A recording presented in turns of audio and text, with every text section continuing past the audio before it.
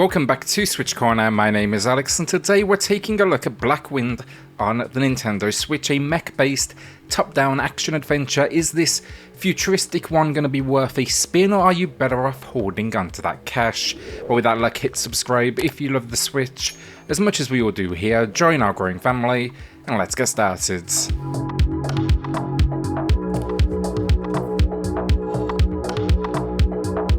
It's a story and it tells the tale of a father and son, a duo. They are on their way to deliver a prototype armor suit to the army.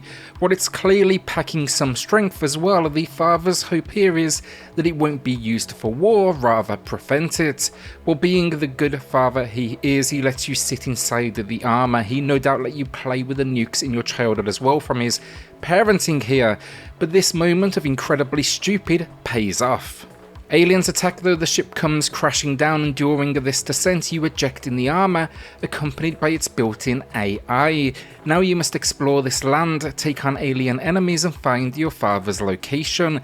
It's about as throwaway popcorn as you would expect, but sadly it's all led by an annoying teenager that has a lower IQ than most.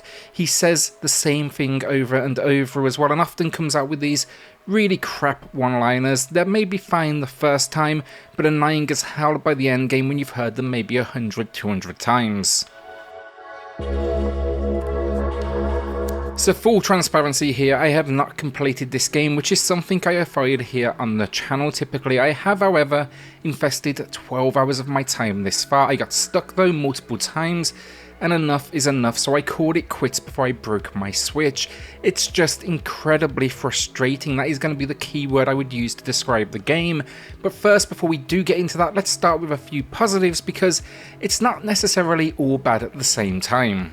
So yeah, the mech, it's great fun, it's fast paced, it feels heavy and brutal, and it's got a pretty in-depth set of controls thanks to what is a skill tree.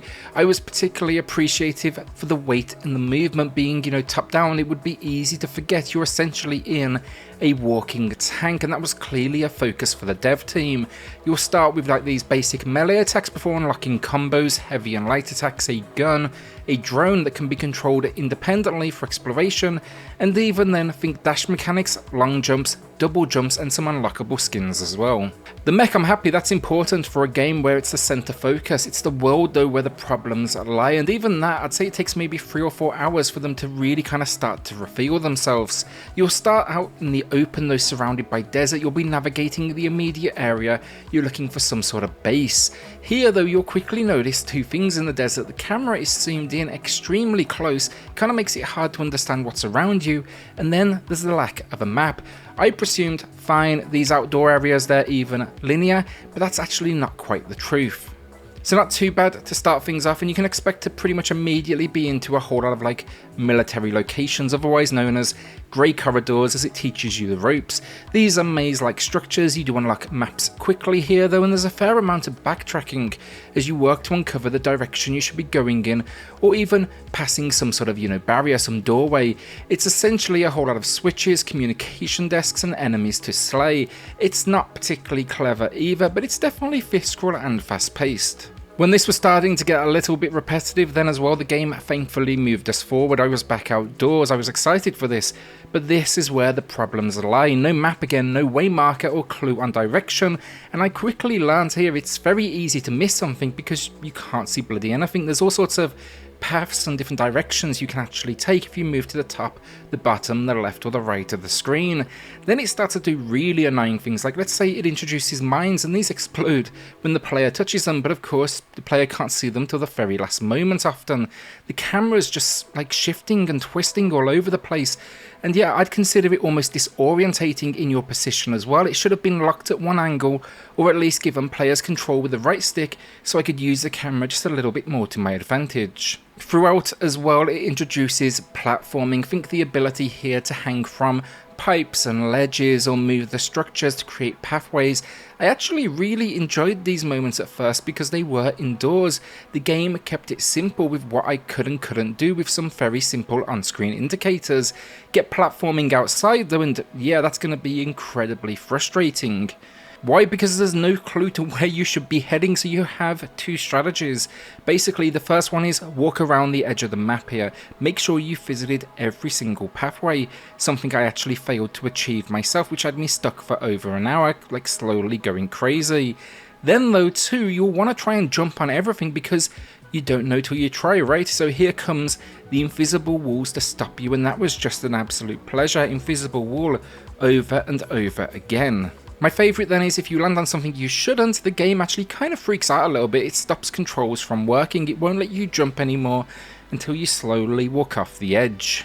Here's my favourite part of the whole experience. So when I actually got stuck in the game, I thought I was going the wrong direction, so I walked all the way back to the very beginning. Well, that and a combination of fast travel thanks to pads around this world. Now what I learned though was when I got there, the objective in the upper right of the screen, it was actually rolling backwards through everything I'd already completed with no way to access it in the options. Now I didn't actually realise this until the next day when I jumped back in. I thought I'd had some sort of game breaking bug. I hadn't. But it did proceed to play all of the cutscenes again in this world, like why are these turrets attacking us? That's one of the first lines in the game. Do not go too far back if you don't want a whole lot of confusion. I managed to get it back up to track by teleporting to the most recent location and then going in a doorway a couple of times. Basically, the game starts decent enough and there overcomplicates itself to the point where, as I said, walk the edge of the map, hope you don't miss something, and it desperately needs a map given how zoomed in that viewpoint is, or at least a waypoint system to, like kind of point you in the right direction. Often flicking a switch even opens a door or a barrier, but they all look the same, so it's that constant feeling of where the hell am I supposed to go next? With 12 hours behind me on this one though, granted a few hours I was definitely stuck, I'd see this one clocking in runtime around 20 hours, or at least at my speed, given there's still a whole host of fast travel platforms to unlock. The problem I couldn't face anymore, the corridors, the indoor bits, generic, but at least they make sense. Get outside and yeah, it's current design, we have decent mech play combined with a viewpoint and setup for your objective that just don't work together comfortably. So graphics, and it's not bad. There's variety from location to location, even if the actual locations are generic, desert, forest, grey corridor base to base.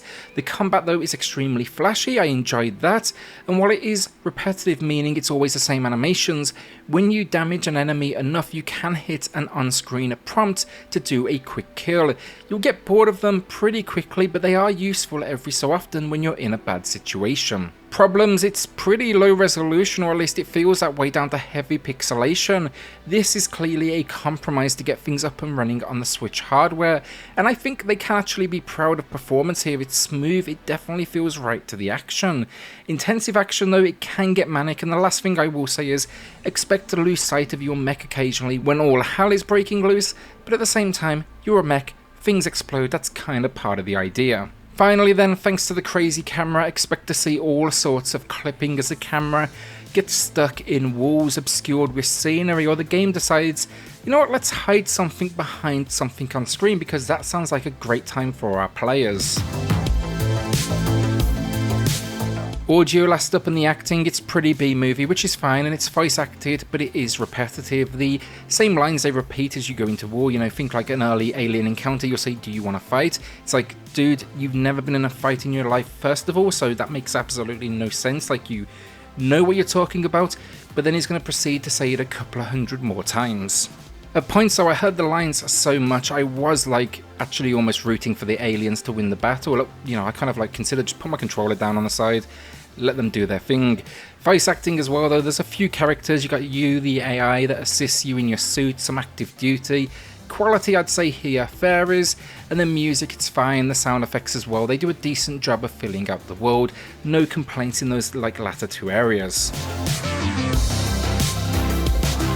So the final verdict and no numbered score today, I didn't beat the game, but I hope this at least gets across kind of my feelings towards it. It's got some solid mech combat, a decent upgrade system, and some flashy moves even, but everything around it slowly kind of chipped away at my patience. The first few hours you'll have fun when he's mech bashing, not entertaining, but quickly you'll start to grow tired of grey corridors. Then it will ask you to backtrack, then it throws you into an open world with no map and visibility that is useless, leading to you basically spending a good portion of your gameplay walking the edge of the map trying to figure out well, basically, where do I go next? Also, can I stand on this 2-foot rock, or is there going to be an invisible wall? Cool, invisible wall, let's try this rock next to it, and yeah, basically repeat. Breaking point though, I was met with 3 barriers. I got through them. There's a pin pad, it needs a code. I didn't have the code. Hunted for like 2 hours, that's where I actually backtracked. Finally found it, a small path I had missed south of my location. That tells you how easy it is to do that. Thanks to Glenn actually from SwitchUp as well for getting me through that moment. Immediately after though, same scenario, a door, a switch, I pushed everything, and yeah, nothing happened, nowhere left to go. At this point I grabbed a beer, contemplated breaking my switch, and then said screw it and walked away. It's just not worth it, let's face it. It could be one of the best Mech games ever after this point, but I do suspect it's gonna be more of the same because I have like unlocked here most of the abilities.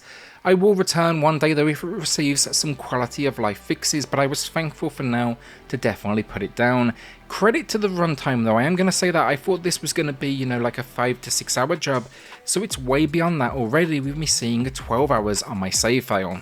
Also, for those wondering, it's got some decent challenge in its combat, but it's far from hard as games go. I've faced some of the toughest out there. This is hard for a whole different reason, and that's the shortcomings in its design. Challenging gameplay is fun, it's rewarding.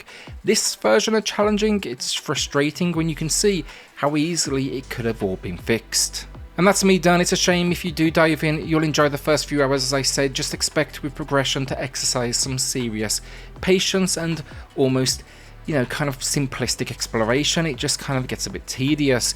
Will you be checking it out though, is my question today, and as I hear about fixes or even learn of, you know, quick progression, I'll take the time to revisit it and give it another spin. Like I said, I'm not seeing, you know, like genre defining here, but I am seeing something that has the potential to be decent. With that then, a shout out to the patrons of the channel who are going above and beyond to support SwitchCorner. It helps more than you know, so thank you all so much. Then hit subscribe if you love the Switch, as much as we all do here. Join our growing family, and I'll see you all on the next video. Thanks everyone.